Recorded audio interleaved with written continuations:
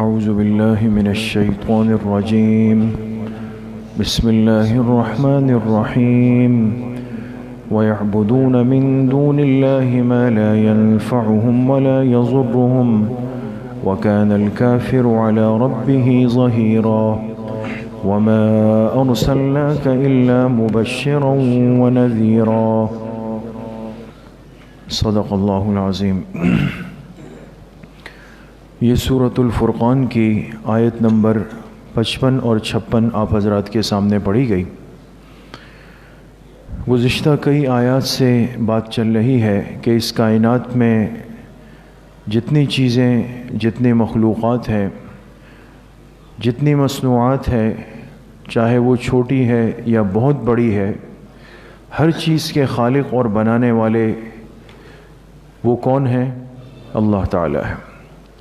یہ ساری چیزیں اللہ نے پیدا فرمائیں اور پھر ان کو اپنے حکم کا تابع بنا دیا، لہٰذا اس کائنات کی کوئی چیز اللہ کے حکم کے بغیر ہل نہیں سکتی۔ جس کو جو کام جس ترتیب پہ دیا اس نے وہ کام کرنا ہے، وہ اس سے ذرہ بر بھی انحراف نہیں کر سکتا۔ اور گزشتہ کل کے درس میں آپ حضرات نے 2 آیات کے اندر سنا کہ اللہ کی قدرت کتنی عظیم ہے اور کتنی کامل ہے کہ بہتے ہوئے پانی کو اللہ پاک ایک ساتھ چلاتے ہیں۔ 2 قسم کے سمندر ہوتے ہیں، ایک کا پانی میٹھا ہے، ایک کا پانی کڑوا نمکین ہے، اور ایک ساتھ یہ 2 سمندر بہتے ہیں، لیکن مجال ہے کہ ایک کا پانی دوسرے کے اندر داخل ہو جائے۔ حالانکہ سیال ہے، لیکوڈ چیز ہے، اور اس کا فطرت اور اصول کا تقاضا یہ ہے کہ جو چیز مائع ہوتی ہے وہ مل جاتی ہے آپس میں، لیکن کون سی طاقت ہے، کون سی ذات ہے جس نے ان 2 طرح کے سمندروں کے پانی کو آپس میں ملنے سے روکا ہوا ہے؟ وہ نہیں مل سکتا۔ اور پھر فرمائے کہ پانی کی ایک بوند ہوتی ہے، اور اس ایک بوند سے اللہ پاک پورے نسب کو، پورے سسرالی رشتے کو اللہ پاک چلا لیتے ہیں۔ انسان وجود میں آتا ہے اور اس انسان سے اس کا پورا نسب خاندان چلتا ہے، بیٹے کے ذریعے سے نسبی خاندان چلتا ہے، بیٹی کے ذریعے سے سسرالی خاندان چلتا ہے۔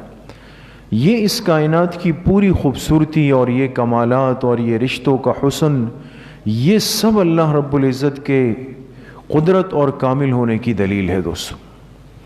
لیکن اس کے باوجود بھی کتنا بدنصیب ہوگا وہ انسان اور کتنا محروم ہوگا جو اللہ کی اتنی بڑی طاقت کو دیکھ کر، آنکھوں سے مشاہدہ کر کے، اس سے فائدہ اٹھا کے، پھر بھی اللہ کے دروازے کو چھوڑ کر اللہ کی بنائی ہوئی مخلوق کے دروازے پہ جھک جائے، اللہ کے سامنے سجدہ ریزی چھوڑ کر مخلوق یا اپنے ہاتھ سے بنی ہوئی چیز کے سامنے سجدہ کر لے، خالق حقیقی کو چھوڑ کر مخلوق ناقص کے سامنے جھک جائے، معبود برحق کو چھوڑ کر ایک ناقص اور کمزور اور حقیر کو اپنے لیے معبود بنا لے۔ اس لیے میرے عزیز و دوستوں بزرگوں، ایمان بہت بڑی نعمت ہے، بہت بڑی نعمت ہے۔ اس پر انسان کو روزانہ شکر ادا کرنا چاہیے کہ اللہ نے ہمیں اتنی عظیم نعمت سے نوازا ہوا ہے۔ تو آج کی جو آیات ہے اس میں اللہ پاک نے تذکرہ فرمایا ان لوگوں کا جو اللہ کی ساری قدرتوں کو دیکھنے کے باوجود بھی اللہ کے غیر کے پاس جاتے ہیں، غیر اللہ کے سامنے جھکتے ہیں، غیر اللہ سے مانگتے ہیں، غیر اللہ کو اپنے لیے حاجت روا سمجھتے ہیں، ان سے مشکل کشائی چاہتے ہیں، ان سے اپنے مسائل کا حل چاہتے ہیں۔ ان آیات کا ترجمہ ہے وَيَعْبُدُونَ مِن دُونِ اللَّهِ، اور یہ لوگ اللہ کے علاوہ عبادت کرتے ہیں ماں ان کی لا ينفعهم ولا يضرهم، جو نہ ان کو فائدہ پہنچا سکتے ہیں نہ ان کو نقصان پہنچا سکتے ہیں، وہ کسی کام کے بھی نہیں ہے، نہ فائدہ دے سکتے ہیں نہ نقصان دے سکتے ہیں۔ وَكَانَ الْكَافِرُ عَلَى رَبِّهِ ظَهِيرًا، حقیقت یہ ہے کہ کافر اپنے رب کی طرف پیٹ کرنے والا ہے، پشت کرنے والا ہے۔ وَمَا أَرْسَلْنَاكَ إِلَّا مُبَشِّرًا وَنَذِيرًا، لیکن اے میرے حبیب صلی اللہ علیہ وسلم آپ پریشان نہ ہو، مایوس نہ ہو، ہم نے آپ کو بھیجا ہے اس کائنات کے اندر خوشخبری سنانے والا بنا کر، ڈر سنانے والا بنا کر۔ آپ بشیر و نذیر ہیں کہ نیکوں کو، فرمانبرداروں کو، اطاعت گزاروں کو خوشخبریاں سنائیں، اور نافرمانوں کو، منکروں کو آپ ڈرائیں قیامت کے جہنم کے عذاب سے۔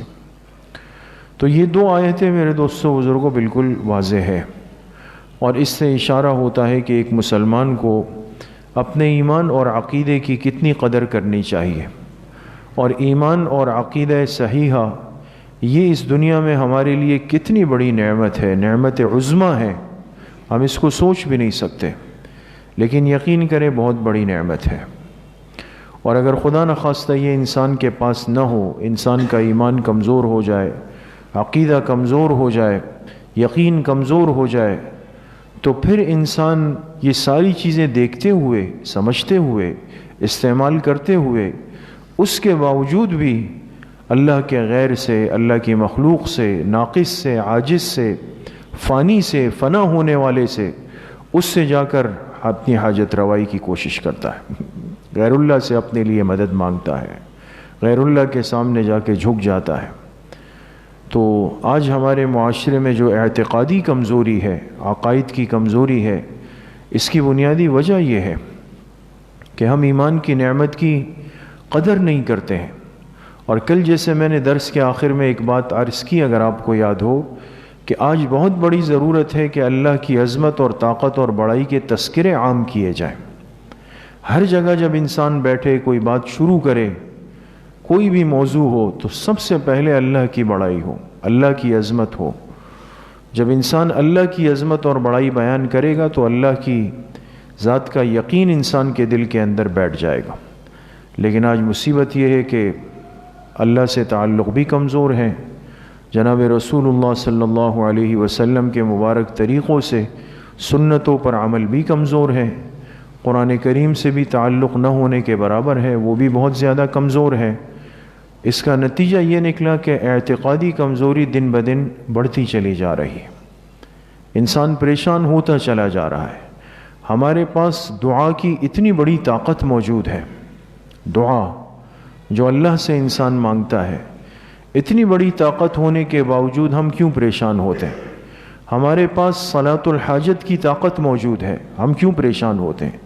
ہمارے پاس دعاء الحاجت کی طاقت موجود ہے، ہم کیوں پریشان ہوتے ہیں؟ ہمارے پاس اللہ کے راستے میں صدقہ کرنے کی طاقت موجود ہے، ہم کیوں پریشان ہوتے ہیں؟ یہ وہ ساری چیزیں ہیں جو قرآن اور حدیث سے معلوم ہوتی ہے، جو خود جناب رسول اللہ صلی اللہ علیہ وسلم نے امت کو بتائی ہے۔ حدیث آپ حضرات بارہا سنتے ہیں، اور کتنی واضح ہے اور کتنا آسان عمل ہے۔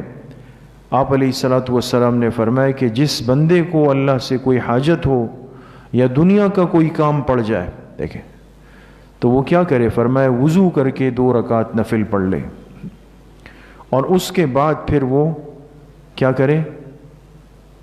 نماز کے بعد پہلے اللہ کی حمد کر لے، حمد و ثنا کر لے، پھر مجھ پہ درود شریف پڑھ لے، اور پھر اس کے بعد صلاۃ الحاجت کے بعد پھر دعاء الحاجت پڑھ لے۔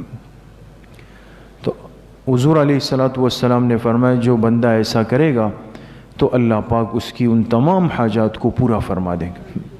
اب حضور کے فرمان میں شک کی گنجائش ہے دوستوں؟ ان سے زیادہ یقینی اور سچی بات کس کی ہو سکتی ہے؟ تو جب آسان حل بتا دیا کہ بھئی کسی بھی پریشانی میں اللہ کے پاس آ جاؤ، 2 رکعت پڑھ لو، اس کے بعد الحمدللہ رب العالمین والصلاة والسلام علی سید الانبیاء والمرسلین، اس کے بعد جو پھر دعاء الحاجت ہے، لا الہ الا اللہ الحلیم الکریم سبحان اللہ رب العرش العظیم والحمدللہ رب العالمین اسألک موجبات رحمتک وعزائم مغفرتک والغنیمة من كل بر والسلامة من كل إثم لا تدع لي ذنبا إلا غفرت ولا هما إلا فرجت ولا حاجة هي لك رضا إلا قضيتها يا أرحم الراحمين۔ یہ دعا ہے، لا الہ الا اللہ الحلیم الکریم سے شروع ہوتی ہے اور یا ارحم الراحمین پہ ختم ہوتی ہے، چھپی ہوئی ملتی بھی ہے، کتابوں میں بھی ہے۔ تو ہم میں سے ہر ساتھی اس کو زبانی یاد کرنے کی کوشش کرے، زبانی یاد نہیں ہوتی، وقت لگتا ہے، ابھی یاد نہیں ہے، اس کو دیکھ کے پڑھ لے، اس کو دیکھ کے پڑھ لیں، اور اس کے بعد پھر جو آپ کا مقصود ہے، جو اللہ سے مانگنا ہے، جو تقاضا ہے، جو حاجت ہے، وہ اللہ کے سامنے رکھ دیں۔ تو اب اس یقین کے ساتھ اگر میں یہ عمل کروں کہ بھئی اللہ کے محبوب نے فرمایا ہے، اب تو ہوگا، ضرور ہوگا، تو آپ بتائیں وہ دعا کیسے قبول نہیں ہوگی؟ تو ہم دنیا کی ساری چیزوں کو پہلے اسباب کو استعمال کر لیتے ہیں، یہاں بھاگ رہے ہیں، وہاں بھاگ رہے ہیں، یہاں بھاگ رہے ہیں، وہاں بھاگ رہے ہیں، ادھر ادھر کی طاقتوں کو بڑا تسلیم کیا ہوا ہے اور اللہ کو بھولے ہوئے ہیں۔ پھر پریشانی ہے کہ دن بدن جو ہے وہ بڑھتی چلی جا رہی۔ اس لیے میرے عزیز و دوستو بزرگوں، آج اعتقاد اور عقیدے پر محنت کرنا از حد ضروری ہے۔ یہ کمزوری ان دن بدن مسلمان کو گرا دیتی ہے، اس لیے پھر کبھی جا کے انسان ایک جگہ ماتھا ٹیکتا ہے، کبھی ایک جگہ جھکتا ہے، کبھی قبروں کے پاس جاتا ہے۔ ہمارے ہاں جو اہل اللہ اور اولیاء اللہ کے مزارات کے ساتھ جو سلوک مسلمان کر رہے ہیں، جو کچھ ہو رہا ہے، وہ تماشے آپ نہیں دیکھتے، وہ آپ نہیں سنتے کہ کیا کچھ ہوتا ہے۔ یہ ہمارے ہی مسلمان بھائی ہیں، ایک مسلمان ملک میں رہنے والے لوگ ہیں، کلمہ گو لوگ ہیں، مسلمانوں کے گھروں میں پیدا ہونے والے لوگ ہیں، لیکن ان کے معاملات اور مسائل جب پھنستے ہیں تو وہ مسجد نہیں آتے، وہ نماز کی طرف نہیں آتے، وہ دعا کے لیے ہاتھ نہیں اٹھاتے، وہ کیا کرتے ہیں؟ وہ مزارات پہ چلے جاتے ہیں، قبور پہ چلے جاتے ہیں، اور پھر وہاں جا کے نعوذ باللہ کوئی وہاں طواف کرتا ہے، کوئی وہاں ماتھا ٹیکتا ہے، کوئی وہاں سجدہ کرتا ہے۔ یہ ساری چیزیں تو مشاہدے کی ہے دوستو، مرد و زن کا اختلاط ہوتا ہے، مستورات کھلے سر کھلے بال بیٹھی ہوئی ہوتی ہے۔ کون سا گناہ ہے جو ان جگہوں پہ آج ہوتا نہیں؟ یہ سب کیا ہو رہا ہے؟ اس لیے کہ اللہ کی طاقت کو کم سمجھا، اور ان چیزوں کی طاقت کو کہ فلاں کی طاقت اتنی زیادہ، فلاں کی طاقت اتنی زیادہ، فلاں کی طاقت اتنی زیادہ۔ اللہ کی پیدا کردہ مخلوق کی طاقت کے تذکرے سنے، اس کو مان لیا، تو اللہ کی طاقت کے تذکرے ہوئے نہیں، تو اللہ کو کوئی بھی عظمت والا نہیں مان رہا۔ اس لیے میرے عزیز و دوستو بزرگوں، آج اس کی بہت بڑی ضرورت ہے کہ یہ صحیح بات، صحیح پیغام منتقل ہو۔ اور اس سے زیادہ افسوس کی بات یہ ہے کہ پھر اگر انسان ایک ممبر پہ، ایک محراب پہ، ایک مسند پہ، جہاں آپ کی بات سننے والا ہزاروں کا، لاکھوں کا مجمع ہے، جو آپ کا عقیدت مند ہے، جو آپ کی ماننے والا ہے، آپ کی ہر بات پہ آمنا وسلم نہ کرنے والا ہے، اگر آپ ہی ایک رہنما ہو کر ان کی غلط رہنمائی کریں اور ان کو اللہ کے بجائے دوسرے راستے دکھائیں کہ فلاں کی طاقت اتنی بڑی ہے، فلاں کی طاقت اتنی بڑی ہے، تو یہ امت تو آپ کی مان کر وہیں چلی جائے گی۔ پھر قیامت کے دن اس سارے مجمع کا بوجھ ہوگا۔ ان کو اللہ کا در نہیں دکھایا، ان کو یہ راستے دکھا دیے کہ بھئی فلاں جگہ پہ چلے جائیں، فلاں جگہ پہ چلے جائیں۔ اس لیے میرے عزیز و دوستو بزرگوں، جتنے اہل اللہ اولیاء اللہ ہے، بارہا یہ بات ہوئی اور ہوتی ہے، وہ ساری زندگی اللہ کے دین کی محنت کر کے گئے ہوتے، اور ایک ایک کے ہاتھ پہ ہزاروں لاکھوں لوگ مسلمان ہوئے ہوتے، ایک ایک کے ہاتھ پہ۔ ان کا اس میں کوئی قصور نہیں ہوتا، وہ بیچارے تو اپنا کام کر کے چلے جاتے ہیں، لیکن بعد میں جو پیٹ پرست اور زر پرست، شہوت پرست قسم کا طبقہ ہوتا ہے، وہ ان چیزوں سے اپنی زندگی چلانا چاہتا ہے، لہٰذا وہ ایسے مقامات کو آباد کر لیتے ہیں۔ وہ کبھی بھی مساجد کو، اللہ کے گھروں کو آباد کرنے کی ترغیب نہیں دیں گے، کہیں گے ایسی جگہوں کو آباد کیا جائے۔ اس لیے میرے عزیز و دوستو بزرگوں، یاد رکھیں کہ قبروں پہ، قبور پر رش کا ہونا یہ کوئی کمال نہیں۔ گزشتہ دنوں مجھے ایک ساتھی نے ایک کلپ بھیجا، ایک صاحب بیان فرما رہے تھے، بہت دکھ افسوس ہوا، ہم مسلکی عصبیت میں کس گند کے اندر جا کے گر گئے کہ انہوں نے بیان کرتے ہوئے اس شخصیت کا ذکر کیا جو معمولی انسان نہیں ہے، جو امام التفسیر تھے، امام الحدیث تھے، حضرت مولانا احمد علی لاہوری رحمۃ اللہ علیہ۔ بہت بڑے انسان گزرے ہیں دوستو، جن کا تذکرہ ہوتا ہے، اور وہ ہستی ہے کہ جن کی تدفین کے فوراً بعد کئی دنوں تک ان کی قبر سے خوشبو آئی، ساری زندگی قرآن پڑھایا ہے۔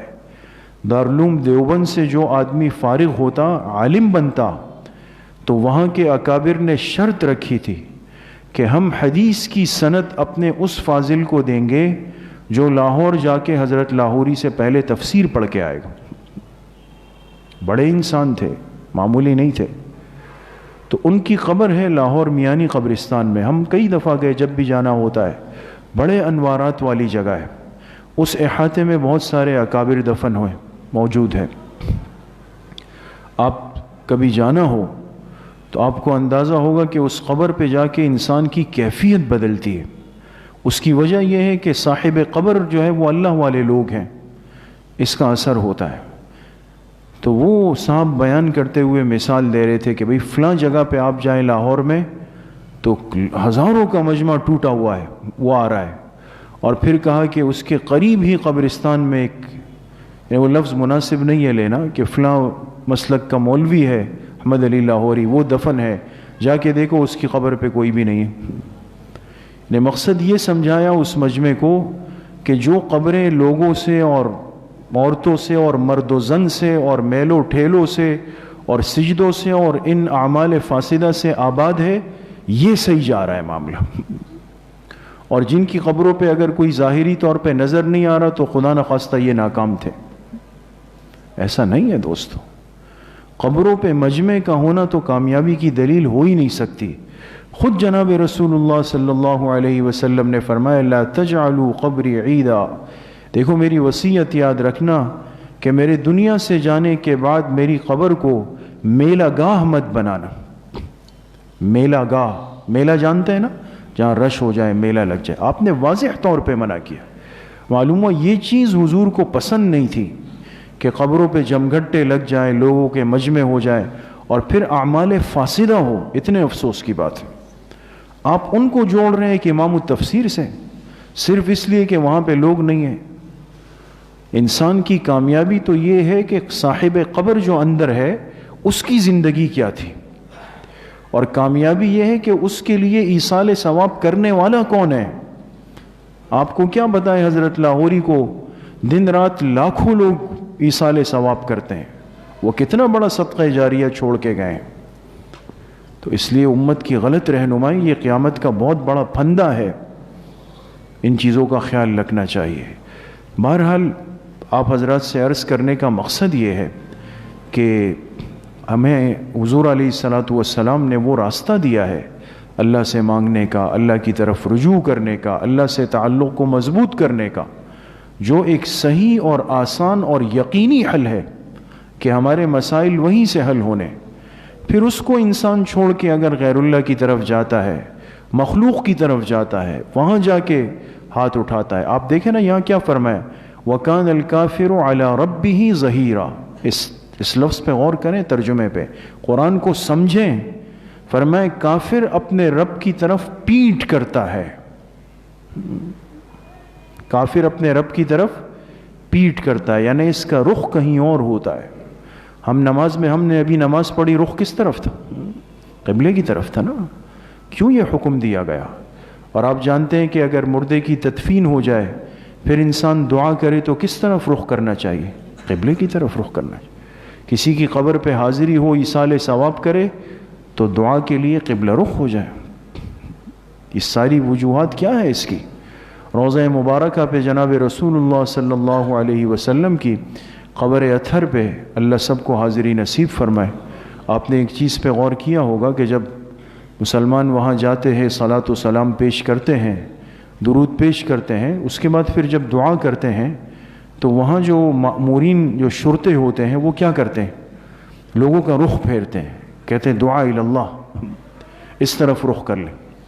حالانکہ اعتقادی طور پہ مسئلے کے اعتبار سے اگر ایک مسلمان کا ہاتھ حضور علیہ السلام کے روضہ مبارکہ کے سامنے بھی ہو اور اس کا دل اللہ کی طرف ہے کہ میں اللہ سے مانگ رہا ہوں, اور اسی عقیدے سے انسان مانگتا ہے, تو علماء نے لکھا بالکل جائز ہے. لیکن ایک عام آدمی, عامت الناس, وہ اس چیز کو نہیں سمجھتا. لہٰذا اس کائنات کی سب سے بڑی ہستی کے دربار میں کھڑا ہے, حضور علیہ الصلاۃ والسلام کے مواجہات شریف میں کھڑا ہے. لہٰذا اس کو رخ کہتے ہیں بھئی قبلے کی طرف ہو جائیں. کیوں؟ کہیں ایسا نہ ہو کہ دل دماغ میں کوئی اور خیال آ جائے. لہٰذا حضور علیہ الصلاۃ والسلام کی ساری زندگی کی محنت یہ تھی کہ اس امت کا رخ اس طرف ہو, اللہ کی طرف ہو. وہاں جا کے ہم کیسے اس محنت کے خلاف ہو جائیں؟ اس لیے ہمیشہ اپنا رخ اللہ کی طرف رکھیں, دعا کی عادت بنائیں, دعا کی پابندی کریں. دعا کو اپنے معمولات کا حصہ بنائیں. یقین کرے اس کی جب عادت ہو جاتی ہے اور ایک انسان اللہ سے لینے کا طریقہ اور ڈھنگ جب سیکھ جاتا ہے نا، اس کے وارے نہیں آ رہے دوستو، اس کے وارے نہیں آ رہے ہو جاتے. پھر اس کو پتہ ہے کہ مجھے اللہ سے کیسے لینا ہے، کب لینا ہے، کتنا لینا ہے، یہ سب چیزیں پھر اس کے علم میں ہوتی ہیں. دعا کی پابندی کریں. اور یہ جو صلاۃ الحاجت کے بعد کی دعا میں نے ابھی عرض کی آپ کے سامنے، کوشش کریں کہ ہر ساتھی اس کو زبانی یاد کریں. زبانی نہیں ہو، دیکھ کر اس کو اچھی طرح کسی سے تسلی کے ساتھ پڑھ لیں اور روزانہ کا معمول بنائیں. یہ ایک نصیحت آپ سے عرض کر رہا ہوں، روزانہ کا معمول بنائیں. اپنی سہولت سے کسی بھی وقت 2 رکعت مختصر نفل پڑھ لیں اور اس کے بعد یہ دعا پڑھ کے پھر اپنے لیے دعا کریں. روزانہ کریں. آپ دیکھیں آپ کے کام بنتے چلے جائیں گے، بنتے چلے جائیں گے، بنتے چلے جائیں گے. آپ کو یقین آ جائے گا کہ یا اللہ میں تو آج تک اس سے غافل تھا. اتنا آسان طریقہ کریں گے انشاءاللہ. اللہ کریم مجھے بھی آپ سب کو صحیح عمل کی توفیق نصیب فرمائے. وآخر دعوانا ان الحمدللہ. کل انشاءاللہ بعد نماز مغرب اسوہ حسنہ کی مجلس ہوگی، ساتھی اس میں اہتمام سے شرکت فرمائیں. الحمدللہ رب العالمین والصلاة والسلام علی سید الانبیاء والمرسلین سیدنا و مولانا.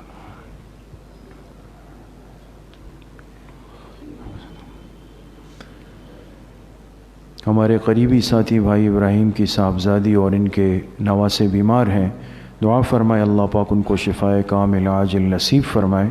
باقی ہمارے جتنے مسلمان بھائی جہاں پر ہیں، جس بیماری میں ہے یا اس وبائی مرض کا شکار ہیں، اللہ اپنے فضل و کرم سے سب کو صحت کاملہ عاجلہ مستمرہ نصیب فرمائے. وصلی اللہ وسلم علی نبینا محمد وآلہ وصحبہ اجمعین برحمتک.